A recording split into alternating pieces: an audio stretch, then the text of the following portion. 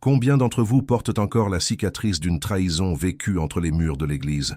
Une blessure si profonde qu'elle vous a fermé à Dieu lui-même, alors que le problème venait des hommes.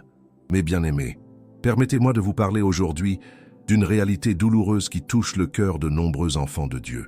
Cette réalité dont on parle peu dans nos assemblées, mais qui consume silencieusement la foi de tant d'âmes précieuses. Je veux vous parler de ces blessures d'Église qui ont créé un mur entre vous et le Père Céleste. Charles Spurgeon, ce grand prédicateur que l'on appelait le prince de la prédication, disait avec une sagesse profonde que l'Église est un hôpital pour pécheurs, non un musée pour saints. Pourtant, combien de fois avons-nous transformé ce lieu de guérison en tribunal de condamnation?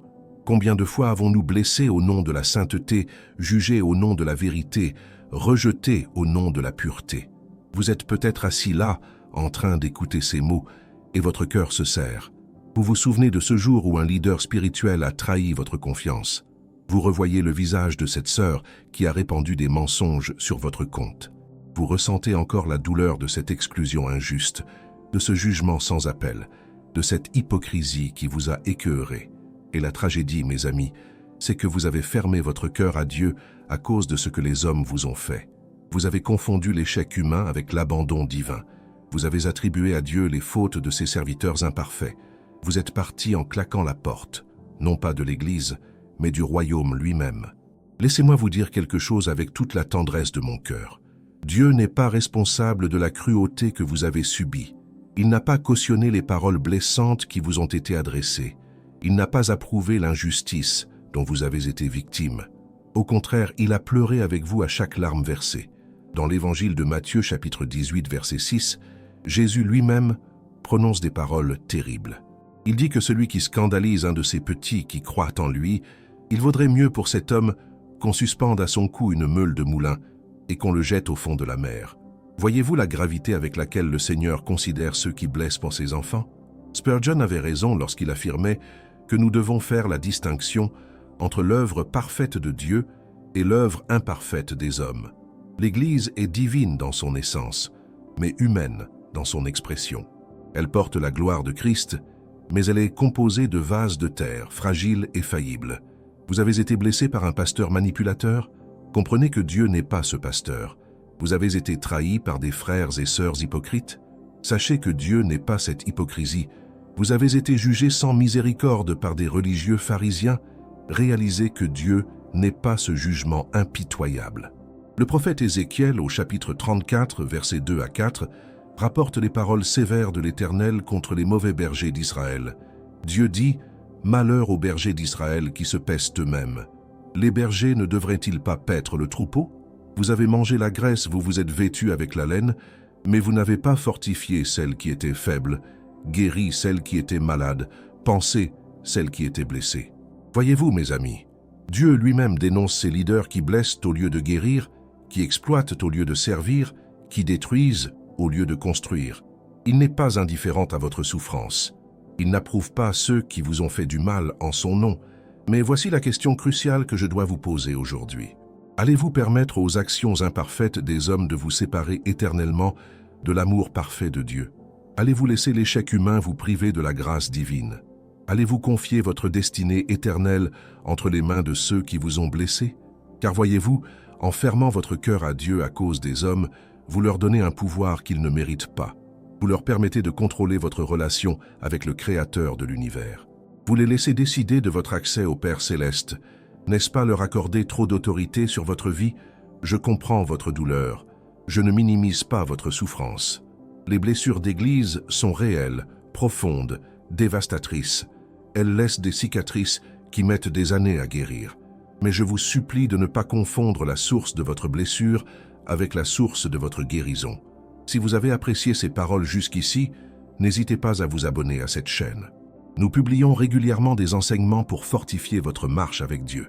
D'ailleurs, si vous désirez approfondir votre intimité avec le Seigneur et restaurer cette communion qui a peut-être été brisée, je vous invite à découvrir notre livre numérique « 21 jours pour restaurer votre intimité avec Dieu ». Vous trouverez le lien dans le premier commentaire épinglé sous cette vidéo. Dans le livre des Psaumes chapitre 34 verset 18, David nous dit que l'Éternel est près de ceux qui ont le cœur brisé et il sauve ceux qui ont l'esprit dans l'abattement. Remarquez bien ces mots. Dieu n'est pas loin de vous dans votre douleur. Il n'est pas absent dans votre souffrance. Il est près, tout près de votre cœur brisé. Votre blessure ne vous disqualifie pas de l'amour de Dieu. Au contraire, elle vous qualifie pour recevoir sa compassion la plus tendre. Votre déception envers l'Église ne signifie pas que Dieu vous a abandonné. Cela signifie que vous avez découvert l'imperfection humaine dans un lieu où vous espériez trouver la perfection divine. Pensez à Pierre, cet apôtre fougueux qui a renié Jésus 3 fois. Pensez à Thomas qui a douté. Pensez à Jean-Marc qui a abandonné Paul et Barnabas en pleine mission. L'Église primitive était déjà remplie d'hommes et de femmes imparfaits qui commettaient des erreurs, qui blessaient, qui décevaient. Et pourtant, Dieu a continué son œuvre à travers eux. La différence, voyez-vous, c'est que ces hommes ont reconnu leurs faiblesses. Ils ont admis leurs erreurs. Ils ont cherché le pardon et la restauration. Le problème aujourd'hui, c'est que trop de leaders spirituels refusent d'admettre qu'ils ont blessé le peuple de Dieu. Ils se cachent derrière leur position, leur autorité, leur titre. Mais vous, bien-aimés, vous ne pouvez pas contrôler le repentir des autres. Vous ne pouvez pas forcer ceux qui vous ont blessés à reconnaître leur tort. Ce que vous pouvez contrôler, c'est votre propre guérison. Ce que vous pouvez choisir, c'est de ne pas laisser leur péché devenir votre prison. Jésus nous enseigne dans Matthieu chapitre 6, verset 14, que si vous pardonnez aux hommes leurs offenses, votre Père céleste vous pardonnera aussi.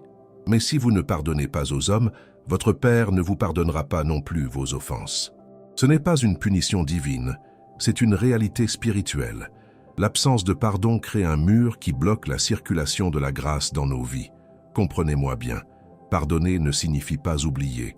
Pardonner ne signifie pas retourner dans une situation toxique.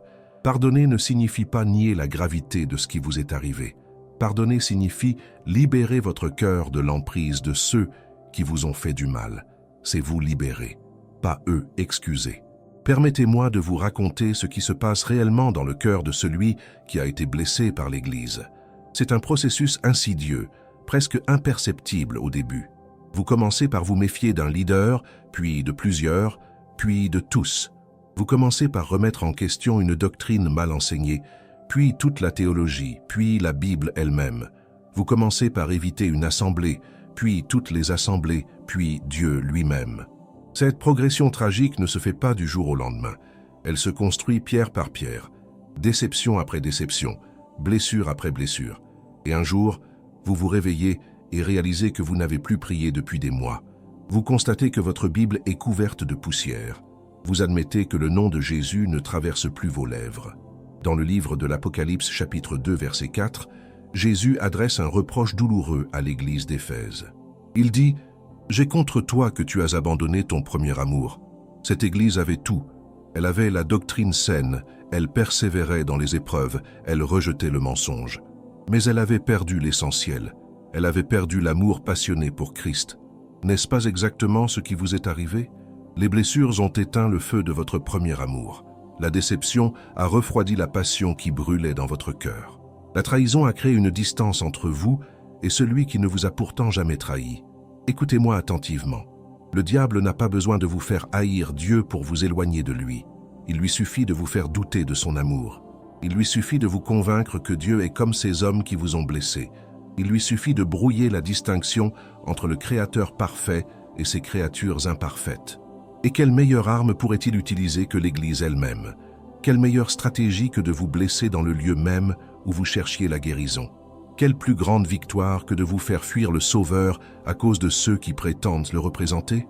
Dans l'Évangile de Jean chapitre 10 verset 10, Jésus nous révèle cette vérité fondamentale. Il dit « Le voleur ne vient que pour dérober, égorger et détruire. Moi je suis venu afin que les brebis aient la vie et qu'elle l'ait en abondance. » Remarquez le contraste saisissant. Le voleur détruit, Jésus donne la vie. Alors demandez-vous honnêtement, qui a détruit votre foi? Était-ce Jésus ou était-ce le voleur qui se cachait derrière un masque religieux? Qui a égorgé votre espérance? Était-ce le bon berger ou était-ce un mercenaire qui ne se souciait pas des brebis? Vous voyez, mes bien-aimés, l'une des plus grandes souffrances dans une blessure d'église, c'est la confusion qu'elle crée. Vous ne savez plus qui est qui. Vous ne distinguez plus le vrai du faux. Vous ne faites plus la différence entre la voix du berger et la voix de l'étranger. Cette confusion est précisément ce que l'ennemi recherche. Il veut que vous amalgamiez tout. Il veut que vous mettiez dans le même panier Dieu et les hommes, Christ et l'Église, la grâce et la religion. Il veut que vous jetiez le bébé avec l'eau du bain, que vous rejetiez le trésor en rejetant le vase de terre qui le contenait. Mais je dois vous dire quelque chose de crucial aujourd'hui. Votre blessure, aussi réelle et profonde soit-elle, ne change rien à la nature de Dieu. Elle ne modifie pas son caractère, elle n'altère pas sa fidélité, elle ne diminue pas son amour pour vous. Dans le livre de Malachie chapitre 3 verset 6, l'Éternel déclare avec force « Car je suis l'Éternel, je ne change pas.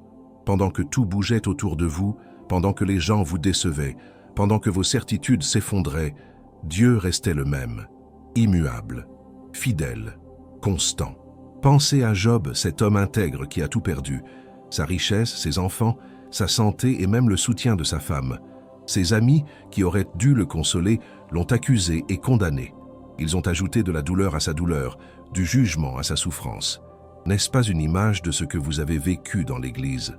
Pourtant, au milieu de toute cette épreuve, Job a fait cette déclaration extraordinaire au chapitre 13, verset 15. Il dit « Même s'il me tuait, je mettrais encore mon espérance en lui. Quelle foi inébranlable, quelle confiance absolue. » Job a refusé de laisser les circonstances ou les accusations des hommes détruire sa relation avec Dieu. Maintenant, je ne vous demande pas d'atteindre immédiatement ce niveau de foi. Votre blessure est fraîche, votre douleur est réelle, mais je vous invite à commencer le voyage vers cette restauration. Je vous encourage à faire le premier pas, aussi petit soit-il, pour revenir au Père. Vous savez ce qui se passe quand une blessure physique n'est pas soignée? Elle s'infecte, elle empire, elle se propage. Ce qui était initialement une petite coupure devient une plaie béante. Ce qui aurait pu guérir rapidement devient une cicatrice permanente. C'est exactement ce qui arrive aux blessures spirituelles non traitées. Votre amertume d'aujourd'hui deviendra la haine de demain. Votre méfiance actuelle deviendra la paranoïa future. Votre distance présente deviendra l'éloignement définitif. Et plus vous attendez, plus la guérison sera longue et difficile. Dans l'évangile de Luc chapitre 15, Jésus raconte la magnifique parabole du fils prodigue. Ce jeune homme a quitté la maison du Père, a dilapidé son héritage, a vécu dans la débauche. Mais quand il est revenu à lui-même, quand il a réalisé sa situation, il a pris une décision. Il s'est levé et est retourné vers son père. Et que fait le père dans cette histoire? Attend-il que le fils arrive jusqu'à lui? Non. Le texte nous dit qu'alors qu'il était encore loin, son père le vit et fut ému de compassion. Il courut se jeter à son cou et le baisa. Le père a couru vers son fils. Il n'a pas attendu, il n'a pas hésité, il a couru. C'est l'image parfaite de ce que Dieu fait pour vous en ce moment même. Vous n'avez pas besoin de parcourir tout le chemin seul. Vous n'avez pas besoin d'avoir tout réglé avant de revenir. Vous n'avez pas besoin d'être parfaitement guéri avant de vous approcher. Faites juste le premier pas, et Dieu courra vers vous. Mais je comprends vos craintes. Vous avez peur d'être à nouveau blessé. Vous avez peur de faire confiance et d'être à nouveau trahi. Vous avez peur d'ouvrir votre cœur et de le voir à nouveau piétiné. Ces peurs sont légitimes, mais elles ne doivent pas vous paralyser éternellement. Dans la première épître de Jean chapitre 4 verset 18, nous lisons que la crainte n'est pas dans l'amour, mais l'amour parfait bannit la crainte, car la crainte suppose un châtiment, et celui qui craint n'est pas parfait dans l'amour. L'amour parfait de Dieu a le pouvoir de chasser vos peurs.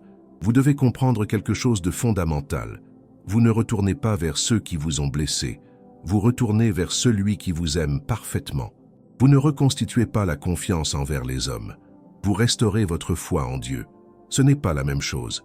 Oui, vous devrez probablement un jour réintégrer une communauté de foi. Oui, vous devrez apprendre à faire à nouveau confiance à des frères et sœurs. Mais cela viendra plus tard, progressivement, avec sagesse et discernement.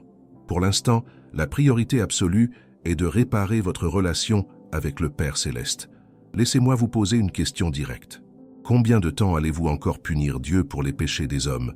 Combien de temps allez-vous encore lui faire payer la facture de ce que d'autres ont fait? Combien de temps allez-vous encore lui tenir rigueur de crimes qu'il n'a pas commis? Cette question peut sembler dure, mais elle est nécessaire, parce que la vérité, mes bien-aimés, c'est que Dieu est devenu l'otage de votre douleur. Vous le retenez prisonnier de votre amertume. Vous l'avez enfermé dans la cellule de votre ressentiment, et tant que vous ne le libérerez pas, vous ne serez pas libre vous-même. Comprenez bien ce que je vous dis. Je ne minimise pas votre souffrance. Je ne vous demande pas de faire comme si rien ne s'était passé. Je ne vous suggère pas d'oublier ou de nier ce qui vous est arrivé. Ce que je vous demande, c'est de faire la distinction cruciale entre les hommes et Dieu. Dans le livre des Lamentations, chapitre 3, versets 22 et 23, le prophète Jérémie écrit ces mots magnifiques au milieu de la destruction de Jérusalem. Il dit « Les bontés de l'Éternel ne sont pas épuisées. Ses compassions ne sont pas à leur terme. Elles se renouvellent chaque matin. Oh, que ta fidélité est grande !» Remarquez le contexte dans lequel ces paroles sont prononcées. Jérusalem est en ruine, le temple est détruit, le peuple est en exil. Tout semble perdu. Et pourtant, au milieu de cette dévastation, Jérémie trouve encore la force de proclamer la fidélité de Dieu. Pourquoi? Parce qu'il a compris que les circonstances ne définissent pas le caractère de Dieu. Vos circonstances actuelles, aussi douloureuses soient-elles, ne définissent pas qui est Dieu. Ce pasteur manipulateur ne représente pas le vrai berger. Cette assemblée toxique ne reflète pas le véritable corps de Christ. Ces chrétiens hypocrites ne manifestent pas le véritable amour de Dieu. Vous devez séparer l'expérience de l'essence. Votre expérience dans l'Église a été mauvaise, mais l'essence de Dieu reste bonne. Votre expérience avec des leaders a été décevante, mais l'essence de Christ reste fidèle. Votre expérience avec des frères et sœurs a été blessante, mais l'essence de l'amour divin reste immuable. Pensez à l'apôtre Paul. Cet homme a été battu par des religieux, lapidé par des foules, emprisonné par des autorités, abandonné par des collaborateurs. Dans sa deuxième lettre à Timothée chapitre 4 verset 16, il écrit « Dans ma première défense, personne ne m'a assisté, mais tous m'ont abandonné. Que cela ne leur soit point imputé. Tous l'ont abandonné. » Vous imaginez? L'apôtre Paul, ce géant de la foi, ce pilier de l'Église primitive, abandonné par tous dans son moment de plus grande vulnérabilité. Et que fait-il? Il pardonne. Il refuse de garder rancune. Il continue à faire confiance à Dieu malgré la défaillance des hommes. Mais écoutez la suite de ce verset. Paul continue en disant au verset 17 « C'est le Seigneur qui m'a assisté et qui m'a fortifié. Quand les hommes l'ont abandonné, Dieu est resté. Quand les frères ont fui, Christ est demeuré. Quand le soutien humain a fait défaut, la force divine s'est manifestée. » C'est exactement ce que je veux que vous compreniez aujourd'hui. Les hommes vous ont peut-être abandonné, mais Dieu ne vous a jamais quitté. Les leaders vous ont peut-être trahi, mais Christ est resté fidèle. L'Église vous a peut-être blessé, mais le Seigneur vous a tenu dans ses bras pendant que vous pleuriez. Le problème, voyez-vous, c'est que dans notre douleur, nous devenons aveugles à la présence de Dieu. Nous sommes tellement concentrés sur ceux qui nous ont fait du mal que nous ne voyons plus celui qui ne nous a jamais abandonnés. Nous sommes tellement absorbés par la trahison des hommes que nous manquons la fidélité de Dieu. Dans l'évangile de Matthieu chapitre 28 verset 20, Jésus fait cette promesse extraordinaire à ses disciples. Il dit « Et voici, je suis avec vous tous les jours, jusqu'à la fin du monde. » Tous les jours, pas seulement les bons jours, pas seulement quand tout va bien, pas seulement quand l'Église fonctionne comme elle devrait. Tous les jours, y compris le jour où vous avez été blessé. Il était là ce dimanche où le pasteur vous a humilié publiquement. Il était là cette réunion où les anciens ont menti sur vous. Il était là cette conversation où votre meilleur ami de l'Église a révélé vos secrets. Il était là et il a pleuré avec vous. Il était là et son cœur s'est brisé pour vous. Mais maintenant, vous devez faire un choix. Un choix difficile mais nécessaire. Vous devez décider si vous allez laisser cette expérience définir votre foi pour toujours ou si vous allez permettre à Dieu de transformer votre blessure en témoignage de sa grâce. Je sais que c'est dur. Je sais que chaque fibre de votre être résiste à cette idée. Vous vous dites peut-être « Comment puis-je faire confiance à nouveau? Comment puis-je ouvrir mon cœur après ce qui s'est passé? Comment puis-je risquer d'être blessé une fois de plus ?» Ces questions sont légitimes, mais elles révèlent une confusion fondamentale. Vous ne faites pas confiance aux hommes, vous faites confiance à Dieu. Vous n'ouvrez pas votre cœur à l'Église, vous l'ouvrez au Père céleste. Vous ne risquez pas d'être blessé par Christ. Il est celui qui guérit les cœurs brisés. Dans le psaume 147, verset 3, nous lisons cette promesse réconfortante. Il guérit ceux qui ont le cœur brisé et il pense leurs blessures. Dieu n'est pas l'auteur de votre blessure, il est le médecin qui veut la guérir.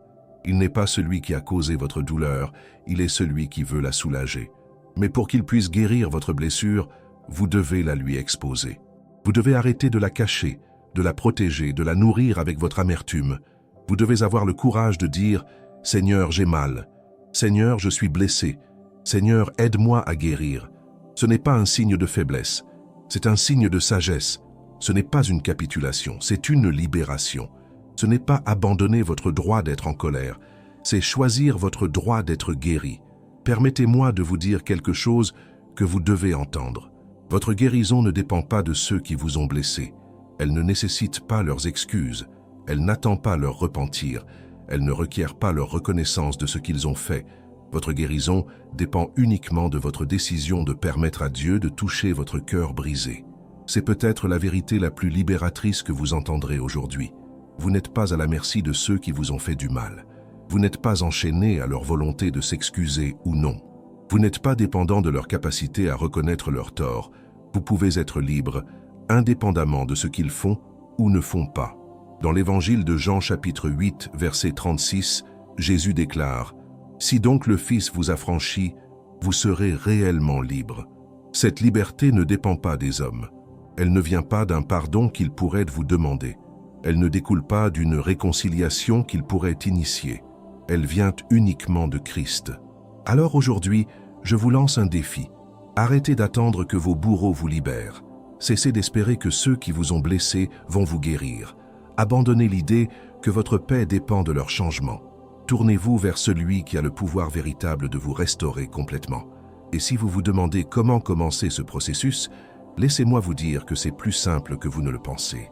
Vous commencez là où vous êtes, avec ce que vous avez dans l'état où vous vous trouvez. Vous n'avez pas besoin d'être fort, vous n'avez pas besoin d'avoir tout compris, vous avez juste besoin d'être honnête avec Dieu. Dites-lui que vous êtes fatigué de porter ce fardeau. Dites-lui que vous êtes épuisé de vivre avec cette amertume. Dites-lui que vous voulez être libre, mais que vous ne savez pas comment. Il comprendra. Il ne vous jugera pas. Il ne vous rejettera pas à cause de votre confusion ou de votre colère. Vous savez ce qui est merveilleux avec Dieu? Il peut gérer votre honnêteté brutale. Il peut supporter vos questions difficiles.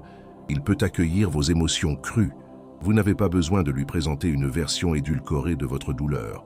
Vous pouvez lui montrer la totalité de votre blessure dans toute sa laideur et son intensité. Regardez les psaumes. Ces prières inspirées sont remplies de cris de douleur, de questions angoissées, de plaintes amères. David demande à Dieu pourquoi il l'a abandonné. Asaph questionne la justice divine. Job conteste les voies du Tout-Puissant. Et pourtant, toutes ces prières sont dans la Bible. Dieu lui-même les a validées en les incluant dans sa parole. Dans le psaume 13, versets 1 et 2, David s'écrie « Jusqu'à quand, Éternel, m'oublieras-tu sans cesse? Jusqu'à quand me cacheras-tu ta face? Jusqu'à quand aurai-je des soucis dans mon âme et chaque jour du chagrin dans mon cœur? » Ce ne sont pas les mots d'un homme qui cache sa douleur. Ce sont les cris d'un cœur brisé qui se déverse devant Dieu. Mais remarquez comment se termine ce même psaume. Au verset 5, David déclare « Moi j'ai confiance en ta bonté, j'ai de l'allégresse dans le cœur à cause de ton salut, de la plainte à la louange, de l'angoisse à l'allégresse, de la question à la confiance. C'est le chemin de la guérison. Vous ne passerez peut-être pas de la douleur à la joie en un jour. Ce n'est pas un processus instantané. La guérison prend du temps. Elle nécessite de la patience. Elle demande de la persévérance. Mais elle commence par cette première conversation honnête avec Dieu, où vous lui dites exactement ce que vous ressentez. Et voici une autre vérité que vous devez saisir. Votre blessure d'église, aussi tragique soit-elle, peut devenir votre plus grand témoignage. Ce qui était destiné à vous détruire peut devenir l'instrument de votre plus grande croissance spirituelle. Ce qui devait vous éloigner de Dieu peut paradoxalement vous rapprocher de lui d'une manière plus profonde et plus authentique. L'apôtre Paul écrit dans Romains chapitre 8, verset 28, « Nous savons du reste que toute chose concourt au bien de ceux qui aiment Dieu, de ceux qui sont appelés selon son dessein. Toutes choses, même les blessures infligées par l'Église, même les trahisons des leaders, même les déceptions des frères et sœurs. Cela ne signifie pas que ces choses étaient bonnes. Cela ne signifie pas que Dieu les a causées. Cela signifie que Dieu a la capacité extraordinaire de transformer le mal en bien, la douleur en croissance, la blessure en témoignage. Il est le Dieu de la rédemption, celui qui rachète même les situations les plus désespérées. Imaginez que dans quelques années, vous puissiez regarder en arrière et voir comment cette épreuve a approfondi votre foi. Imaginez que vous puissiez témoigner de la fidélité de Dieu, même quand les hommes ont été infidèles. Imaginez que votre histoire de guérison puisse encourager quelqu'un d'autre qui traverse actuellement ce que vous avez vécu. Ce n'est pas une pensée abstraite, c'est une possibilité réelle, mais elle nécessite que vous fassiez le choix conscient de ne pas rester prisonnier de votre blessure. Elle exige que vous décidiez de marcher vers la guérison plutôt que de camper dans la douleur. Elle demande que vous permettiez à Dieu d'écrire un nouveau chapitre dans votre histoire. Dans le livre d'Ésaïe chapitre 61 verset 3, le prophète parle de cette transformation magnifique que Dieu opère. Il dit que Dieu donne un diadème au lieu de la cendre, une huile de joie au lieu du deuil, un vêtement de louange au lieu d'un esprit abattu. Voilà ce que Dieu veut faire pour vous. Il veut échanger votre cendre contre une couronne. Mais je dois aussi vous mettre en garde contre quelque chose. La guérison ne signifie pas que vous devez immédiatement retourner dans l'environnement qui vous a blessé. Ce n'est pas parce que vous pardonnez que vous devez vous remettre dans une situation toxique. La sagesse spirituelle inclut le discernement et les limites saines. Jésus lui-même, dans Matthieu chapitre 10, verset 16, nous dit « Voici, je vous envoie comme des brebis au milieu des loups. Soyez donc prudents comme les serpents et simples comme les colombes. » La simplicité ne signifie pas la naïveté. Le pardon ne signifie pas l'absence de discernement. La guérison ne signifie pas l'imprudence. Vous avez le droit et même le devoir de protéger votre cœur. Vous avez la responsabilité de mettre des limites saines. Vous avez la liberté de choisir une communauté de foi différente, plus saine, plus biblique. Guérir de votre blessure d'église ne signifie pas retourner vers ceux qui vous ont blessé. Cela signifie plutôt que vous refusez de porter leur offense comme un fardeau pour le reste de votre vie. Cela signifie que vous choisissez de pardonner, même si vous ne réconciliez pas. Cela signifie que vous libérez votre cœur de l'emprise de l'amertume, tout en maintenant une distance sage avec ceux qui ont prouvé qu'ils n'étaient pas dignes de confiance. Écoutez attentivement cette distinction cruciale. Pardonner est un commandement biblique. Réconcilier est un objectif biblique qui nécessite le repentir des deux parties. Vous devez toujours pardonner. Vous ne devez réconcilier que lorsque c'est sage et sûr de le faire. Dans la lettre aux Romains, chapitre 12, verset 18, Paul écrit « S'il est possible, autant que cela dépend de vous, soyez en paix avec tous les hommes. Remarquez les conditions. S'il est possible, autant que cela dépend de vous. » Paul reconnaît que la paix n'est pas toujours possible. Certaines personnes ne veulent pas la paix. Certaines situations ne permettent pas la réconciliation. Votre responsabilité n'est pas de forcer la réconciliation. Votre responsabilité est de garder votre cœur libre de l'amertume. Votre devoir n'est pas de faire en sorte que tout le monde vous aime. Votre devoir est de pardonner comme Christ vous a pardonné. Votre obligation n'est pas de réparer ce que d'autres ont cassé. Votre obligation est de permettre à Dieu de réparer ce qui a été brisé en vous. Et pendant que vous marchez sur ce chemin de guérison, vous découvrirez quelque chose de merveilleux. Vous découvrirez que l'Église véritable n'est pas un bâtiment. Elle n'est pas une dénomination. Elle n'est pas une organisation. L'Église véritable est le corps de Christ, composé de tous ceux qui l'aiment sincèrement, où qu'ils se trouvent. Vous avez été blessé dans une assemblée locale. Mais l'Église universelle est bien plus vaste que cette assemblée. Il y a des millions de frères et sœurs authentiques dans le monde entier qui aiment Dieu sincèrement, qui marchent avec intégrité, qui servent avec humilité. Ne permettez pas à l'échec d'une communauté locale de vous aveugler à la beauté de l'Église universelle.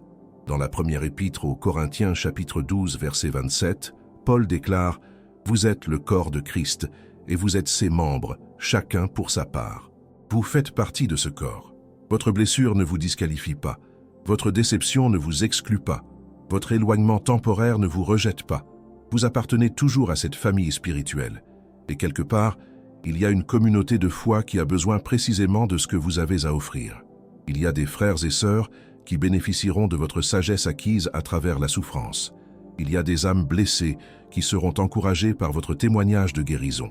Mais vous ne pourrez les atteindre que si vous choisissez de guérir et de ne pas rester enfermé dans votre douleur. Mes bien-aimés, nous arrivons à la fin de ce message, mais j'espère que c'est le début d'un nouveau chapitre dans votre vie spirituelle. Vous avez été blessés par l'Église, c'est vrai. Des hommes vous ont fait du mal au nom de Dieu, c'est indéniable. Mais aujourd'hui, vous avez le choix de ne plus laisser cette blessure définir votre relation avec le Père Céleste. Je prie que ces paroles aient touché votre cœur et ouvert une porte vers la guérison. Rappelez-vous que Dieu n'est pas vos bourreaux, il est votre médecin. Il n'est pas la source de votre douleur, il est votre consolateur.